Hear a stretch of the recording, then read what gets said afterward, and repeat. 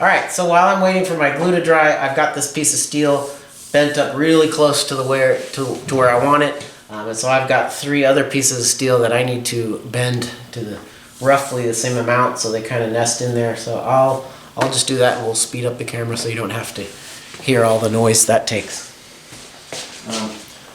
What I'm doing to bend them is nothing extraordinarily smart. I've essentially got my vice jaws spread apart a good 3-4 inches, and I may go up a little bit more. And it's this curve is just a real nice general arc, so there's no weird bends right at the end. So I'm just hammering on it here once or twice and shifting it over and trying to just slowly get it to be very smoothly bent. So we'll just get going here.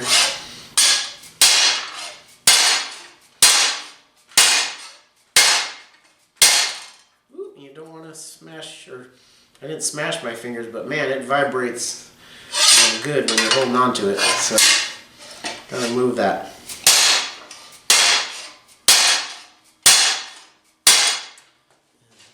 And then we'll just go check it. The first one I used a lot of heat and I had to wear gloves while I was doing that, so and it didn't work all that well anyway. So it felt like the hammer and the vise was probably doing most of the work. I'm not even sure. Did that even move at all? Okay, yeah, that moved at all. It just, maybe I should give it a bit of heat too at the same time.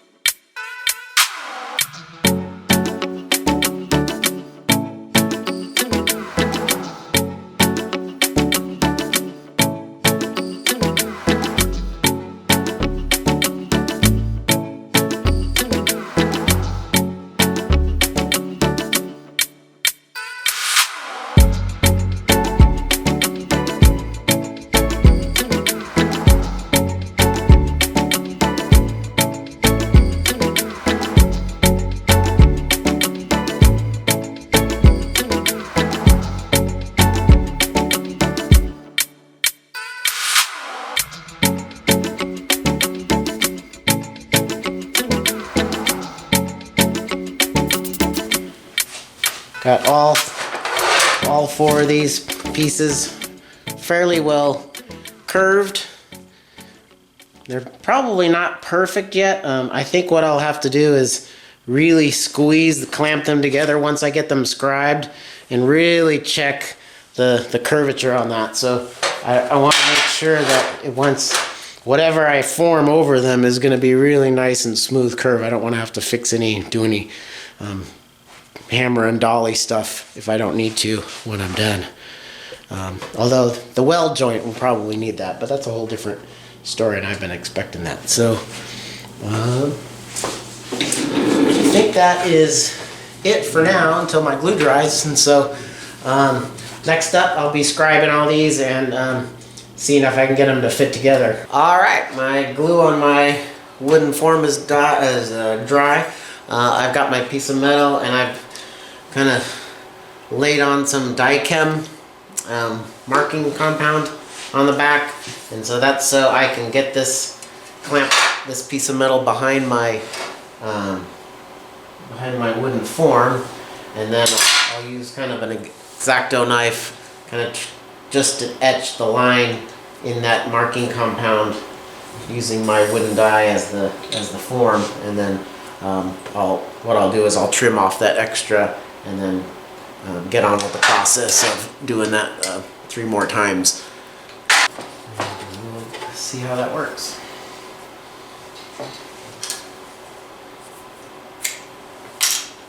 Alright, let's see here.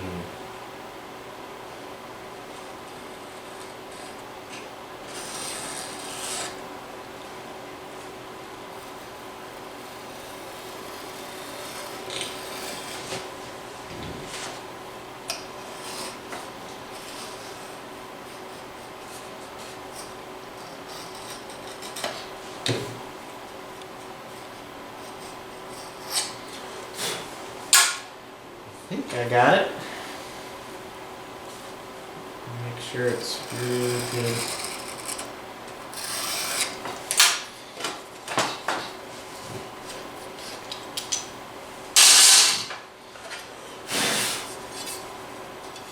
Well, I don't know if it's easy to see in the camera, but you can kind of see that line, that curve going up there. So I'll be able to grind off this whole upper area, and it should match pretty good. So I actually have some shears coming that should be able, according to the advertisement, should be able to shear this 11 gauge steel. So I'm kind of hoping they'll actually shear the 11 gauge steel. It says they'll do 10 gauge, so if they do 10, they should do 11. So I'm a little skeptical, but we'll see. All right, so that's there. So that's a pretty smooth curve. Even I may not even have to massage it anymore. It's pretty good. What I did is I took, if it helps anybody else, I took all 4 of these sheets, and they were all roughly bent the same amount, and in fact they nest into each other, kind of like that. And what I did was I clamped them really good with 5 or 6 clamps in the spots to where you can see there was like a little bit of a mismatch between the curves, and so I clamped all those together, and then got my torch and just heated them up in the hopes that the heat will cause some of the parts that are stressed to relax into each other, and that they'll all match pretty well. And they actually do. They actually do match pretty good. All right, I'm back here. My sheet metal trimmers, or shears, I guess they call them, came in, and it's actually a pretty cool tool. Most of these will do like 16 gauge, 18 gauge at a maximum. This thing will do 10 gauge, and I actually tested it on some 11 gauge, and it just bit right through it. It's not the cleanest cut. I don't know if you can see there, but it's much better than trying to, sand out, use a grinder or a grinder with a cutoff wheel and trying to nibble around that whole curve. And so I'm thinking this is a way better option. Anyway, so the trouble is, to get a good deal on it, I had to buy it from Japan.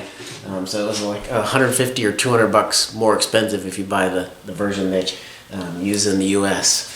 So all the directions are in Japanese, and so I can't understand a word they are, or a word they say, and so maybe this will be a review of this tool at the same time. So model number is, if you can see it there, it's JS3201, and it's in millimeters there. Pretty beefy tool. Not the cheapest thing, but it'll do any sheet metal I have on this truck, and so I think that'll be a cool addition, and it looks pretty durable. So it's pretty cool. The real test is going to be if I can cut around a curve smoothly or not. Supposedly you can do 3-inch radiuses with this.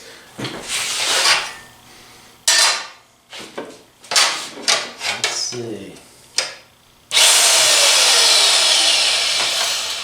I'm a little bit afraid to cut right on the line, since I don't know. Maybe I'll cut a bit off the line just for practice here.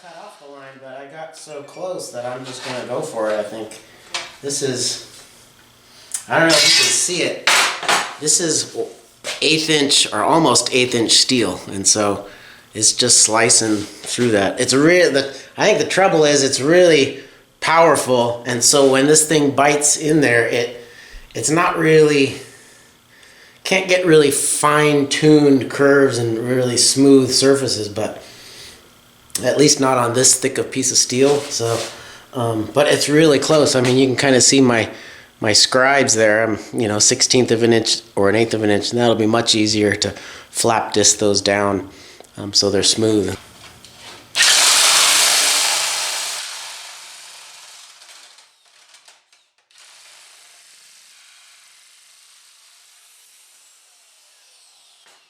did pretty good. I don't think I got anywhere on my scribe mark except for right in that little spot, but I think we'll be okay. So I'll just take a flap disc, kind of get that down to my scribe line. I don't know if you can kind of see the cut quality. Let's maybe better on this side. It's not, you know, not the greatest quality at 1/8 of an inch, but it cut really fast, and it did. I mean, it didn't have any trouble shearing through those, and so I think this is almost at its capacity. So I'd be surprised if it actually could cut 10 gauge. I suppose it's only a little bit thicker than this one, so it'll probably do it. But that's like most other things; it's the maximum that it can do. Don't even bother trying anything bigger. So pretty happy with the Makita here. So that's cool. It does have some.